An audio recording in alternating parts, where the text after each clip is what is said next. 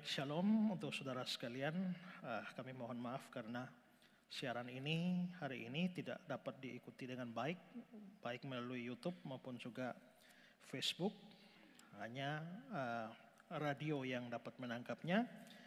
Dan karena itu pada kesempatan ini juga saya tidak jadi menyampaikan khotbah yang sudah direncanakan, yakni Maria Magdalena. Bagian yang kedua, mengingat bahwa khotbah seperti itu membutuhkan atau sangat bergantung pada slide. Ya, sangat bergantung pada slide, dan karena YouTube yang error, Facebook yang error, membuat nanti kita akan kesulitan di dalam mengikutinya karena butuh penampilan slide dari khotbah tersebut. Karena itu saya hari ini akan menyampaikan firman Tuhan yang lain. Kita melihat pada Matius pasal yang ke-6. Matius pasal yang ke-6. Ayat yang ke-5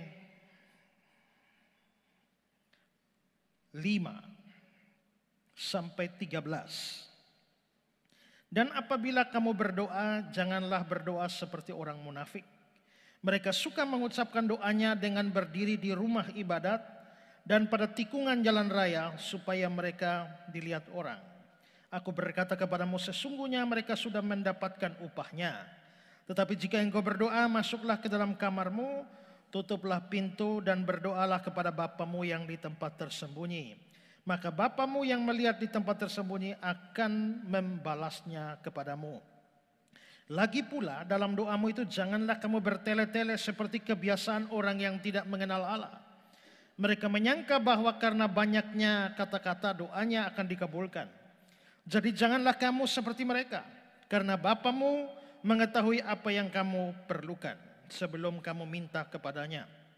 Karena itu berdoalah demikian, Bapa kami yang di sorga, dikuduskanlah namamu. Datanglah kerajaanmu, jadilah kehendakmu di bumi seperti di surga.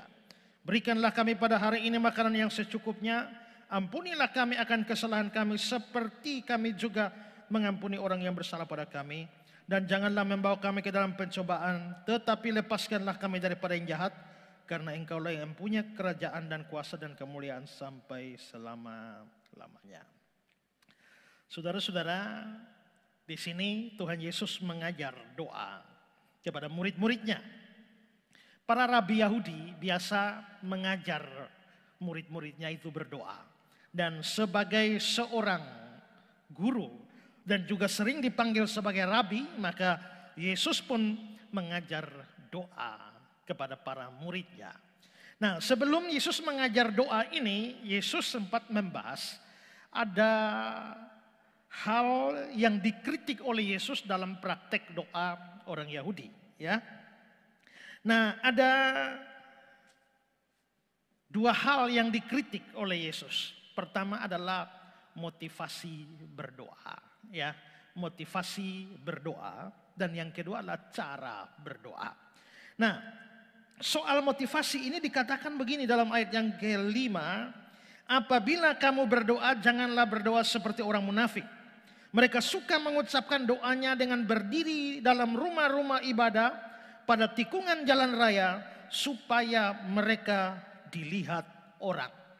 Nah, di sini rupanya ada praktek doa yang mana doanya dilakukan supaya dilihat oleh orang. Saudara-saudara, bagaimana sampai orang bisa dikatakan di sana ya, mereka berdiri dalam rumah-rumah ibadah. Kalau berdoa di rumah ibadah kita maklum. Tapi kalau dikatakan mereka di tikungan jalan raya, ini memang aneh. Bagaimana orang bisa berdoa di tikungan jalan raya? Saudara-saudara, tidak ada bangsa di dunia yang mempunyai kebiasaan doa lebih ketat dari orang Yahudi. Orang Yahudi mempunyai banyak sekali doa. Pertama, mereka punya 3 jam doa. Jam doa mereka yaitu pada jam 9 pagi, lalu jam 12 siang, lalu jam 3 sore. Mereka harus berdoa 1 hari 3 kali berdoa. Selain itu, selain doa rutin 3 hari itu, mereka mempunyai apa yang disebut sebagai doa Shema. Shema itu adalah pengakuan imannya orang Israel di Ulangan 6 ayat 4. Dengarlah hai orang Israel, Tuhan itu Allah kita, Tuhan itu Esa. Itu dalam pengakuan iman. Kalau kita punya pengakuan iman rasuli, aku percaya kepada Allah Bapa yang Maha Kuasa, Khalik langit dan bumi dan seterusnya. Orang Islam punya pengakuan iman la ilaha illallah. Orang Yahudi juga punya pengakuan iman yang namanya Shema. Shema ini artinya dengarlah. Nah itu Ulangan 6 ayat 4. Dengarlah hai orang Israel, Tuhan itu Allah kita, Tuhan itu Esa. Maka mereka selalu berdoa Shema itu. Mengaku bahwa Tuhan itu adalah Allah mereka, Tuhan itu adalah Esa. Maka mereka punya doa Shema. Setelah doa rutin ada 3, lalu ada doa Shema, ya. Lalu yang ketiga mereka mempunyai adanya doa Shemona Esrei. Doa Shemona Esrei itu namanya doa 18. Jadi ada 18 doa yang harus diucapkan setiap hari. Ya, itu banyak tidak berkaitan, ada banyak hal, ada 18 doa yang selalu diulang-ulang. Jadi saudara bayangkan sudah 3 kali berdoa, doa semanya harus dilakukan, ya. Setelah itu ada lagi doa Shemona Esrei, doa 18 yang terus dilakukan. Lalu selain itu juga ada doa-doa khusus. Doa khusus itu banyak sekali. Lihat terang ada doanya, lihat gelap ada doanya, mau bepergian ada doanya, pulang dari bepergian ada doanya, masuk kota ada doa, keluar kota ada doa, dapat kabar baik ada doa sendiri, dapat kabar buruk ada doa sendiri, lihat sungai ada doa, macam-macam, semua kumpulan-kumpulan doa itu. Karena itu saudara, bangsa Yahudi adalah bangsa doa. Doa memainkan peranan sangat penting di dalam kehidupan keberagamaan orang Yahudi. Nah, tadi saya singgung mereka punya 3 jam doa. Jam 9 pagi, lalu jam 12 siang, lalu jam 3 sore. Nah, karena ada jam-jam doa, aturannya adalah bahwa di dalam kegiatan apapun, mereka bisa bekerja di mana saja, di ladang atau di pasar, tapi menjelang jam doa, semua mesti berhenti dan berdoa. Nah, disinilah letak persoalannya. Maka muncullah orang-orang tertentu yang menjelang waktu doa, misalnya jam 12 siang. Kan aturannya, kalau sudah jam 12, semua yang ada di mana stop untuk berdoa. Karena itu menjelang jam 12, ada yang sengaja jalan-jalan. Sengaja jalan-jalan supaya apa? Supaya pas jam 12 mereka berdoa. Karena mereka sedang jalan, harus berdoa, maka mereka berdoanya di tikungan-tikungan jalan. Apalagi doanya menyolok. Karena orang Yahudi kalau berdoa, kepala tertunduk tapi tangan terangkat. Dan itu sangat menyolok. Karena itulah didapati ada begitu banyak orang yang berdoa. Ada yang di rumah ibadah, ada yang di pasar, ada yang di tikungan jalan. Pokoknya di tempat macam-macam. Kenapa? Ada yang sungguh-sungguh berdoa. Tapi ada yang motivasinya supaya orang tahu dia berdoa. Supaya orang lihat dia berdoa. Makanya sengaja cari tempat umum menjelang waktu doa. Supaya pas waktu doa bisa berdoa. Dengan sangat menyolok. Dan itu membuat mereka sangat terlihat rohani. Makanya Yesus berkata, ya, mereka suka mengucapkan doanya dengan berdiri dalam rumah-rumah ibadah. Pada tikungan jalan raya. Supaya mereka dilihat orang.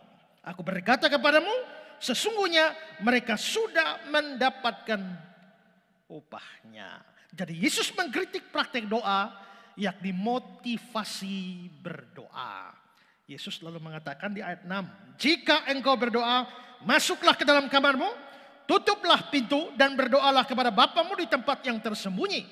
Maka Bapamu yang melihat yang tersembunyi akan membalasnya kepadamu. Masuk kamarmu, tutup pintu dan berdoa. Ini bukan berarti bahwa doa memang harus dalam kamar. Karena kalau kita KKR di lapangan, terus doanya bagaimana?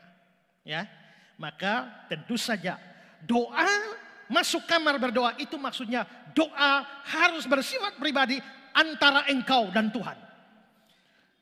Doa harus mempunyai relasi vertikal antara engkau dan Tuhan. Tapi praktek yang terjadi adalah doa bukan hanya vertikal, tapi horizontal. Jadi sementara dia berdoa, Bapa kami di surga, vertikal.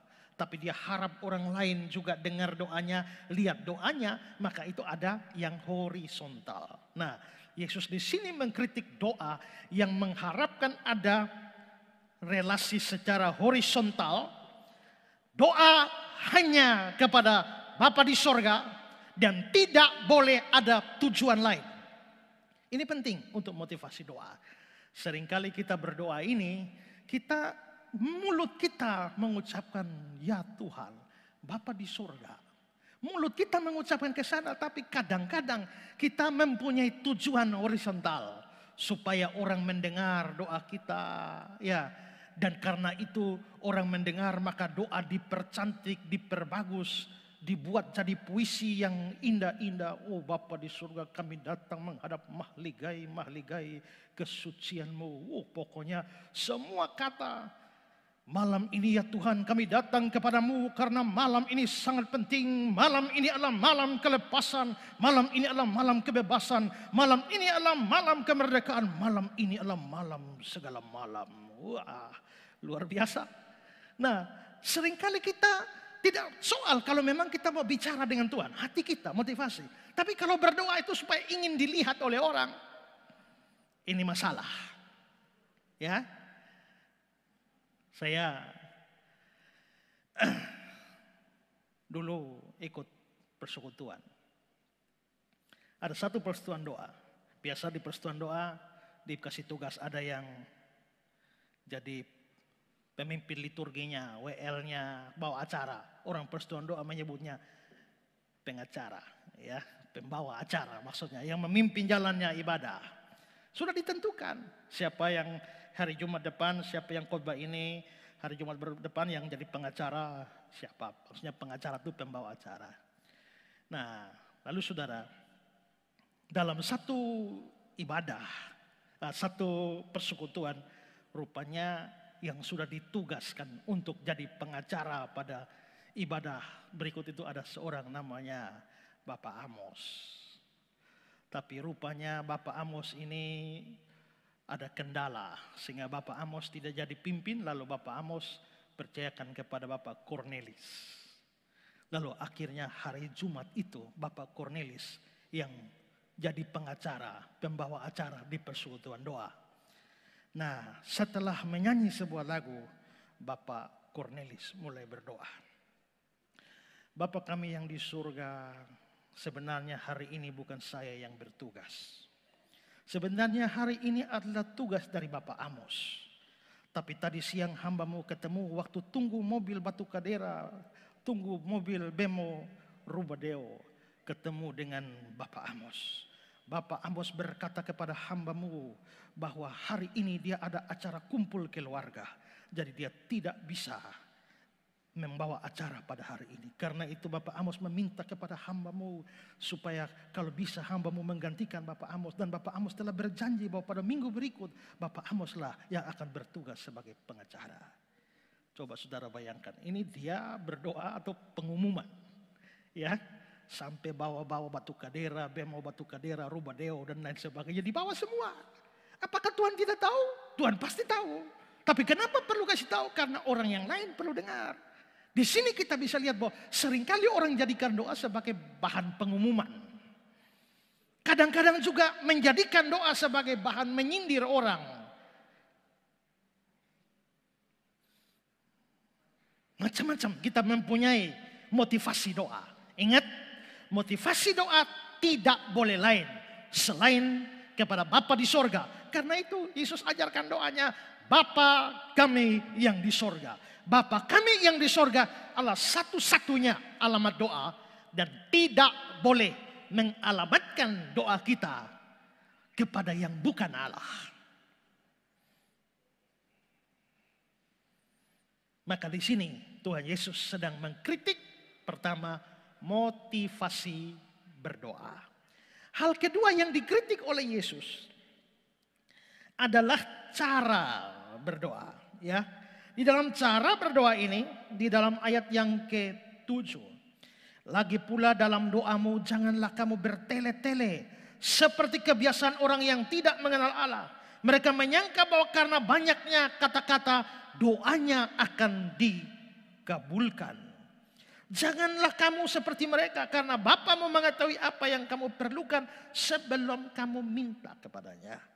Maka di sini cara berdoa yang dikritik oleh Tuhan Yesus ini adalah jangan atau doa yang bertele-tele. Pertama motivasi doa, kedua adalah cara berdoa. Motivasi doanya adalah berdoa supaya dilihat oleh orang, didengar oleh orang. Tapi cara berdoa yang dikritik ini adalah bertele-tele. Karena itu janganlah kamu berdoa bertele-tele. Nah, apa artinya bertele-tele? Ini termasuk kata yang sukar. Ini termasuk kata yang sukar karena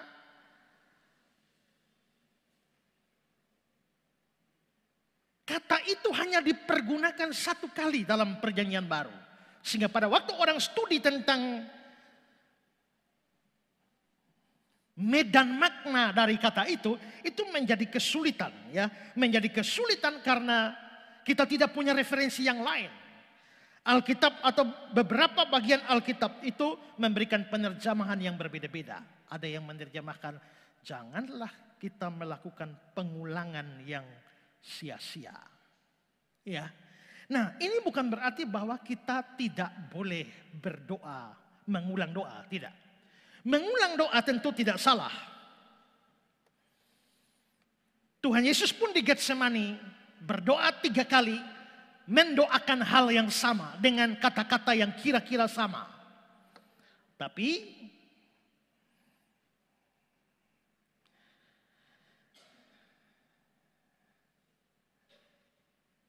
tidak menjadi persoalan. Karena itu saudara-saudara, doa secara bertele-tele itu apa maksudnya? Doa secara bertele-tele itu kelihatannya studi yang lebih dalam tentang pokok itu menunjukkan bahwa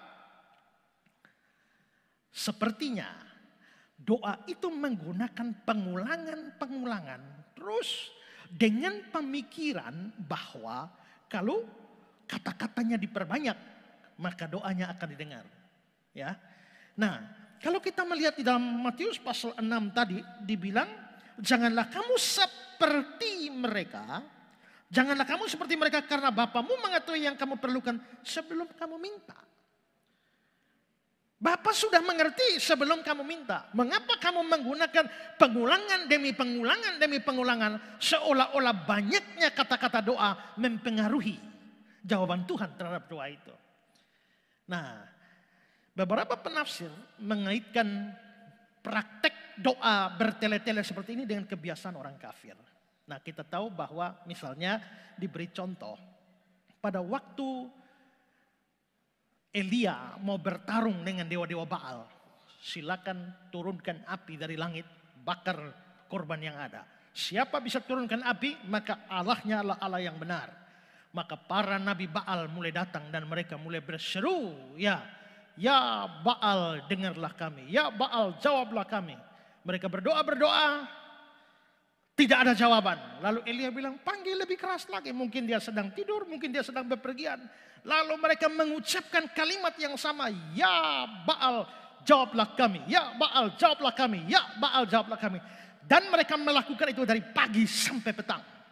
Bayangkan saudara, dari pagi sampai petang hanya satu kalimat, ya Baal jawablah kami, ya Baal jawablah kami, ya Baal jawablah kami. Hu-ha, hu-ha-ha, hu-ha, hu-ha-ha, ya Baal jawablah kami. Pagi sampai petang. Kalimatnya cuma itu. Itu bertele-tele. Atau juga dikatakan misalnya dalam perjanjian baru, besarlah Artemis, dewi orang Yahudi. Besarlah Artemis, dewi orang Yahudi. Besarlah Artemis, dewi orang Yahudi. Mereka mengucapkan kalimat yang sama selama berjam-jam. Hanya itu. Maka kelihatannya yang dimaksudkan dengan bertele-tele di sini adalah mengucapkan sebuah pengulangan yang sia-sia. Kalau saudara berdoa 1 jam, pokok doanya memang ada 100. Ya sudah, tidak apa-apa. Tapi kalau pokok doanya cuma 2, lalu saudara Bicara doa putar. Hanya di 2 pokok doa itu dan habis waktu 1 jam. Saudara bertele-tele. Jangan berpikir bahwa dengan banyaknya kata-kata doamu lebih berkenan pada Tuhan. Tuhan sudah tahu kok. Lah kalau begitu kita tanya, kalau Tuhan sudah tahu kenapa mau minta? Kan Tuhan sudah tahu. Ya memang, tapi kan di sini yang dibutuhkan itu bukan hanya permintaan, tapi komunikasi dengan Tuhan. Tapi pada waktu berkomunikasi dengan Tuhan, jangan seperti kebiasaan orang kafir yang menghipnotis diri seolah-olah dengan kata-kata tertentu itu lebih manjur. Ya Baal jablah kami, besarlah Artemis, dewi orang Yahudi. Bahkan saya juga ketemu di kalangan Kristen orang menggunakan haleluya. Seolah-olah, haleluya, haleluya, haleluya, haleluya. Bisa sampai 1 jam hanya haleluya, haleluya, haleluya, haleluya, haleluya saja. Terus yang diminta apa? Jangan menggunakan kata-kata itu menghipnotis diri. Itu namanya doa secara bertele-tele. Menurut saya itu termasuk bahasa roh yang hanya sepotong kalimat saja ya. Nah, hula bala bala bala bala itu bisa ulang sampai 2 jam hanya hula bala bala. Menyanyi atau berdoa kepada Tuhan, bukan memuaskan emosi kita. Saya pernah hadir kebaktian.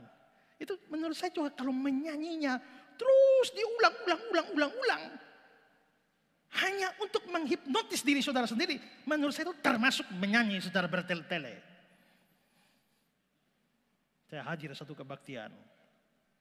Ku ingin tetap di sini menikmati bait-Mu.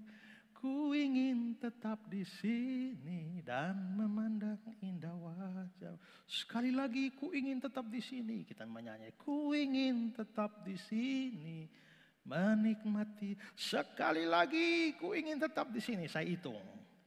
1, 2, 7, 8, 9. Sampai ku ingin tetap di sini sampai orang mulai histeris. Ku ingin tetap di sini. Sekali lagi ku ingin. Hitung 9, 10. Yang ke-11 sekali lagi ku ingin tetap di sini. Dalam hati saya bilang saya sudah tidak ingin tetap di sini. Akhirnya saya keluar. Kenapa menyanyi harus menghipnotis diri? Itu sama dengan menggunakan kata-kata menghipnotis diri. Persis seperti, ya Baal jawablah kami, ya Baal jawablah kami. Besarlah Artemis dewi orang Yahudi. Bukan hanya berdoa tidak boleh bertele-tele. Bernyanyi pun tidak boleh bertele-tele. Kalau mengulangnya 2, 3, menurut saya masih wajar. Kalau memang ulang 4 kali karena memang ada 4 ayat. Saudara mau ulang 5 kali karena 5 ayat tidak apa-apa. Tapi kalau hanya kalimat sepotong dan terus diulang-ulang hanya untuk menghipnotis diri, saudara sedang bernyanyi dengan bertele-tele. Demikian juga dengan kata-kata yang tidak ada maknanya terus diulang-ulang. Itulah yang dimaksudkan dengan bertele-tele. Karena itu di sini Tuhan Yesus mengkritik 2 hal. Pertama adalah motivasi doa dan yang kedua adalah cara berdoa. Setelah itu baru Tuhan Yesus mengajar. Karena itu berdoalah demikian. Bapa kami yang di surga dan seterusnya. Sampai akhir doa itu. Karena engkaulah yang mempunyai kerajaan dan kemuliaan dan sampai selama-lamanya.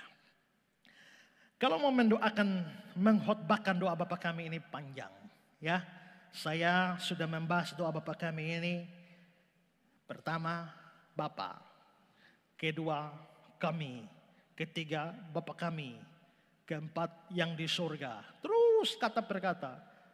Sampai jadi buku yang agak tebal. Makanya kita tidak sedang membahas doa Bapa kami secara keseluruhan. Saya hanya membagikan beberapa prinsip saja. Pertama, mari kita lihat. Kalimat ini, Bapa kami yang di surga. Dikuduskanlah namamu. Datanglah kerajaanmu. Jadilah kehendakmu. Lalu ayat berikutnya, berikanlah kami hari ini makanan secukupnya. Meminta untuk diri Doa ini tidak diawali dengan permintaan langsung untuk diri. Tidak. Tapi doa ini dimulai dengan urusan Tuhan. Bapa kami yang di surga, dikuduskanlah namamu. Namamu. Datanglah kerajaanmu. Jadilah kehendakmu. Dikuduskan namamu. Datang kerajaanmu. Jadilah kehendakmu. Mu. Berarti doa ini 3 permintaan pertama itu berkaitan dengan mu. Berarti doa ini diawali dengan urusan Tuhan. Kepentingan Tuhan. Lalu ditutup juga. Karena engkaulah yang punya kerajaan dan kuasa dan kemuliaan sampai selama-lamanya. Diawali dengan urusan Tuhan. Ditutup juga dengan kemuliaan Tuhan. Lalu permintaan bagi manusia kapan? Itu nanti di tengah. Berikanlah kami makanan hari ini secukupnya. Tapi sudah mendahuluinya dengan urusan Tuhan.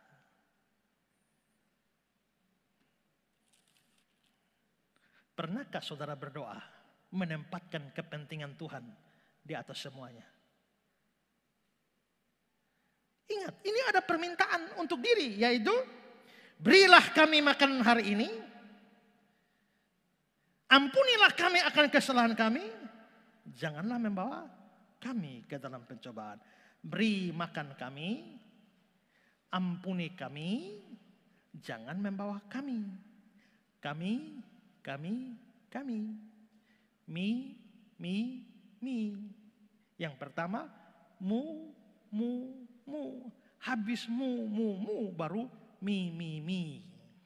Berarti Tuhan harus ditempatkan lebih dulu. Kepentingan Tuhan dan kerajaannya, kehendaknya harus didahulukan daripada kepentingan diri kita. Sekarang kalau saudara berdoa, berapa banyak saudara berdoa demi kepentingan Tuhan dan kerajaannya dibanding dengan kepentingan sendiri? Pernahkah saudara berdoa untuk gereja Tuhan di mana-mana? Pernahkah saudara berdoa untuk pendeta-pendeta? Pernahkah saudara berdoa untuk pemberitaan Injil? Pernahkah saudara berkhotbah untuk para misionaris? Pernahkah saudara berdoa supaya banyak orang lebih taat kepada Tuhan? Pernahkah saudara berdoa supaya firman Tuhan ditegakkan? Supaya ajaran yang benar disebarkan? Atau saudara hanya datang membawa seluruh urusanmu kepada Tuhan? Hanya urusanmu, Tuhan tolong anak kami, Tuhan tolong bayi kami, nenek kami, babi kami, kambing kami. Ya, semuanya hanya urusanmu. Kapan saudara berdoa untuk kepentingan Tuhan? Ada seorang yang terkenal sebagai Ratu Kamar Gelap. Kenapa dia disebut Ratu Kamar Gelap? Karena dia punya problem sama matanya. Sehingga matanya tidak boleh mendapatkan cahaya yang normal.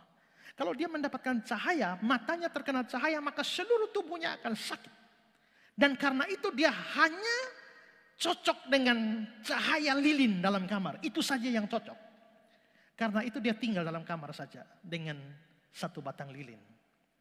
Nah, karena dia ada di dalam kamar yang gelap, maka dia disebut sebagai Ratu Kamar Gelap. Dan dia menghabiskan banyak hidupnya dalam kamar gelap itu. Dan saudara-saudara akhirnya sampai mati juga di kamar gelap. Setelah dia mati dan kamarnya dibersihkan, ternyata orang-orang menemukan ada begitu banyak kertas doa di dalamnya. Kertas-kertas doa, dia berdoa, apa yang dia doakan dia tulis, mana yang sudah dijawab dia catat. Dan menariknya saudara-saudara, rupanya tidak ada satu kali pun ada doa supaya dia sembuh, tidak. Dia tidak pernah berdoa supaya dia lepas dari penderitaan. Tidak. Yang dia doakan adalah dia mendaftarkan begitu banyak hamba Tuhan yang selalu dia doakan. Dia kalau mendengar, ada hamba Tuhan, ada misionaris di sini, ada orang pengkhotbah di sini, dia tulis namanya dan dia doakan. Terus itu saja. Dia telah berdoa demi kepentingan kerajaan Tuhan. Maka orang lalu menggelari dia sebagai Ratu Kamar Gelap. Saudara, kalau saudara sering berdoa, pertanyaannya, seberapa sering saudara berdoa untuk kepentingan Tuhan? Seberapa saudara berdoa untuk kerajaan Tuhan? Seberapa saudara berdoa untuk pemberitaan firman Tuhan? Untuk pemberitaan Injil? Pokoknya urusan kerajaan Allah. Berapa banyak saudara berdoa? Kalau saudara hanya berdoa untuk dirimu, kebutuhanmu, kepentinganmu sendiri, kamu berdoa secara egois. Doa Bapa kami mengajar kita supaya menempatkan Tuhan di atasnya. Yang kedua saudara, ini saya tidak sedang mengeksposisi secara lengkap, hanya gambaran sekilas saja dari doa Bapa kami. Ini adalah, sekarang perhatikan kebutuhan yang didoakan. Berikanlah kami pada hari ini makanan yang secukupnya. Makanan ini kebutuhan apa? Kebutuhan jasmani. Kebutuhan tubuh, makanan. Lalu, ampunilah kami akan kesalahan kami. Minta ampun dosa itu untuk apa? Kepentingan apa? Jasmani atau rohani? Itu rohani. Ya. Janganlah membawa kami ke dalam pencobaan. Pencobaan, jangan terlepas dari pencobaan. Itu urusan apa? Itu urusan rohani. Jadi di sini kita bisa lihat bahwa doa Bapa kami ini memberikan. Tadi saya bilang bahwa setelah mu ada mi itu adalah bagian kita, untuk kita. Tapi untuk kita pertama urusan jasmani hanya satu, yaitu berilah makanan. Tapi urusan rohani ada dua, yaitu ampuni dosa dan jangan bawa kepada pencobaan. Nah sekarang coba kita pikir, waktu saudara berdoa, yang saudara minta itu hanya urusan jasmani atau ada urusan rohani? Dan kalaupun saudara berdoa untuk kepentingan rohani, berapa banyak saudara minta untuk kepentingan jasmani dan berapa untuk kepentingan rohani? Kebanyakan kita minta yang jasmani kan? Tapi berapa banyak yang berdoa untuk urusan rohani? Minta ampun dosa, Tuhan tolong supaya saya semakin berkenan pada Tuhan. Tuhan tolong supaya saya bisa taat firman. Tuhan tolong supaya iman saya bertumbuh. Tuhan tolong supaya saya bisa lebih mengasihi orang. Tuhan tolong supaya kalau saya mengalami kesulitan saya tetap percaya kepada Tuhan. Tuhan tolong supaya iman saya selalu kuat di tengah badai. Tuhan tolong supaya makin hari saya makin mengerti firman. Saudara doakan itu tidak? Kalau saudara hanya berdoa hanya untuk usaha, untuk pekerjaan, untuk anak sekolah, untuk om dan tante di kampung, berdoa untuk keponakan yang lagi sakit, berdoa untuk anak mau tes jadi PNS dan lain sebagainya. Yang kalau saudara hanya minta itu saja, saudara hanya minta jasmani ataupun ada rohani, porsinya lebih sedikit. Doa Bapa kami mengajar kepada kita bahwa kita perlu mendoakan hal-hal yang rohani. Dan bahkan porsinya harus lebih banyak dari yang urusan jasmani. Dan menarik bahwa menurut saya ini doa yang melintas waktu. Coba, ampunilah kami akan kesalahan kami. Kenapa minta ampun dosa? Kenapa minta ampun? Karena berdosa. Berdosanya kapan? Sudah lewat. Karena dosanya sudah terjadi maka minta ampun. Berarti dosanya sudah terjadi sebelumnya. Berarti dari posisi atau waktu berdoa, dosanya sudah terjadi kemarin atau sudah lewat dan karenanya minta.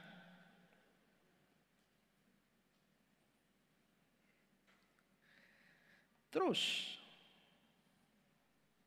jadi doa itu menyangkut urusan kemarin. Berilah kami makanan hari ini.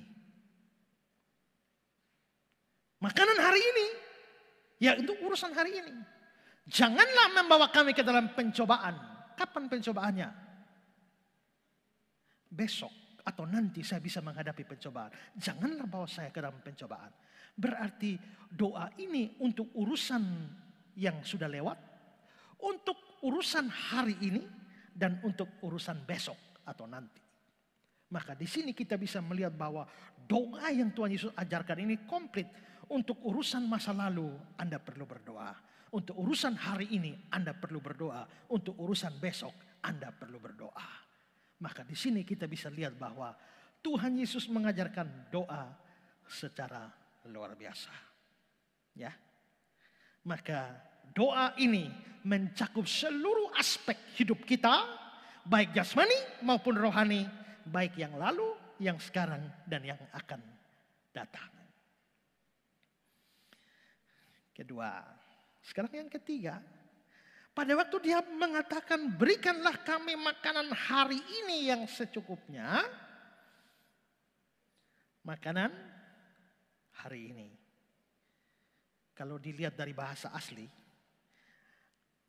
bukan makanan tapi roti. Makanya give us our daily bread. Bukan hari ini. Terjemahan dari bahasa aslinya tidak akan begini. Berikanlah roti harian kami. Roti harian kami. Jadi yang diminta, roti di sini kan karena orang Yahudi kan makannya roti.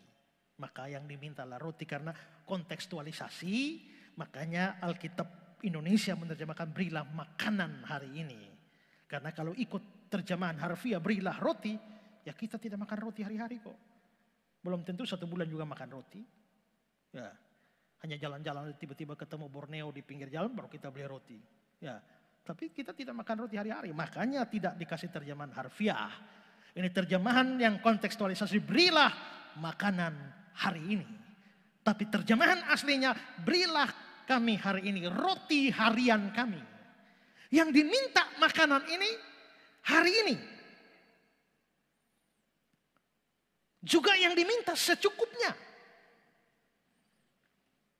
Saya pikir kenapa ya tidak doakan Tuhan, berilah kami makanan tahun ini yang berlimpah ruah. Apalagi masa corona begini, berilah kami makanan 2 tahun ini secara berlipat kali ganda. Mestinya kan begitu bagus, tapi ternyata tidak. Doa ini hanya hari ini, sudah hari ini secukupnya. Kenapa Tuhan suruh begitu? Ada penafsir yang mengatakan diminta cuma hari ini. Yang untuk besok belum diminta. Mintanya hari ini. Kenapa tidak minta sampai 1 tahun ke depan? Kalau dia minta berilah makanan tahun ini berlimpah-limpah. Sudah berdoa Tuhan sudah kasih makanan 1 tahun. Nanti kapan berdoa lagi? Tahun depan. Ya, tahun depan baru doa. Karena itulah maka Tuhan mau tiap hari doa dan minta. Makanya berilah makanan hari ini. Tuhan kasih hari ini. Besok minta lagi. Berilah makanan hari ini. Tuhan kasih hari ini. Besok minta lagi. Maka doa ini mengajar kita bergantung kepada Tuhan setiap hari. Bahkan setiap waktu. Setiap jam ya Tuhan. Di Kau ku perlukan. Kita memerlukan Tuhan. Setiap jam, setiap hari. Minta pun secukupnya. Tidak minta limpah ruah. Berarti sebenarnya di sini kita diajar untuk minta kebutuhan kita. Ya. Kebutuhan jasmani diwakili dengan makanan. Ada kebutuhan rohani yaitu pengampunan dosa dan kelepasan dari yang jahat. Jadi yang diminta adalah kebutuhan. Ada perbedaan antara kebutuhan dan keinginan. Nah, ada banyak doa kita sering tidak dikabulkan oleh Tuhan karena yang kita minta bukan kebutuhan tapi keinginan. Kita minta makan karena memang kita butuh makan. Ya kan? Saya tanya pada saudara, apakah ada di antara saudara yang menginginkan pesawat pribadi? Nih, ada orang mau kasih pesawat pribadi gratis. Ada yang ingin? Banyak orang mau. Pertanyaannya, apakah saudara memang membutuhkan pesawat pribadi? Tanya, kalau punya pesawat pribadi parkir di mana? Parkir motor saja di jalan susah, ini mau parkir pesawat lagi ya. Di mana? Saya ingin kapal pesiar, saya ingin helikopter. Masalahnya kau butuh itu atau tidak? Seringkali kita itu meminta sesuatu bukan yang kita butuhkan, tapi yang kita inginkan. Makanya banyak orang berdoa secara salah. Ada pendeta bikin acara KKR kesembuhan di Papua sana. Tidak ada yang mustahil bagi Tuhan. Apa saja mungkin dalam nama Yesus. Sembuh. Banyak yang sembuh. Altar call habis kebaktian. Datang seorang perempuan, anak muda, pemudi Papua. Dia datang bilang, Pak Pendeta, saya mau tanya. Apa? Benarkah Tuhan Maha Kuasa? Benar. Tuhan sanggup melakukan apa saja? Sanggup. Tidak ada yang mustahil bagi Tuhan? Tidak ada. Tidak ada yang sukar bagi Tuhan? Tidak ada. Kalau begitu Bapak Pendeta, saya minta Bapak Pendeta berdoa dalam nama Yesus. Jamah saya supaya ini rambut keriting bisa jadi lurus.